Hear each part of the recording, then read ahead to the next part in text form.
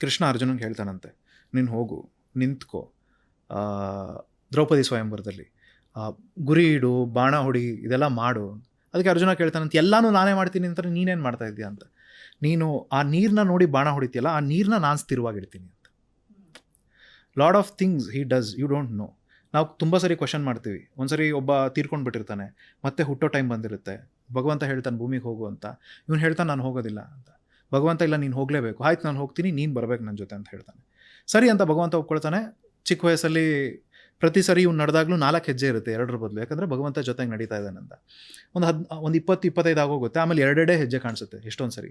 ಅವನು ಕಷ್ಟ ಬಂದಾಗೆಲ್ಲ ಬರೀ 2 ಹೆಜ್ಜೆ ಕಾಣಿಸ್ತಾ ಇರುತ್ತೆ. ಸೊ ತೀರ್ಕೊಳ್ತಾನೆ, ಒಂದು 65-70 ಆಗುತ್ತೆ. ದೇವ್ರ ಹತ್ರ ಹೋಗ್ತಾನೆ, ನಾನು ನಿನ್ನಿಂದ ಇದನ್ನು ಎಕ್ಸ್ಪೆಕ್ಟ್ ಮಾಡಿರಲಿಲ್ಲ, ನೀನನ್ನು ಮೋಸ ಮಾಡಿಬಿಟ್ಟೆ ಅಲ್ವಾ, ನೀನು ಹೇಳಿದೆ ನನ್ನ ಜೊತೆ ಜೀವನ ಪೂರ್ತಿ ನಡೀತೀನಿ ಅಂತ, ಬಟ್ ನಂಗೆ ಕಷ್ಟ ಬಂದಾಗೆಲ್ಲ ನೀನು ಇರಲಿಲ್ಲ ಅಂತ.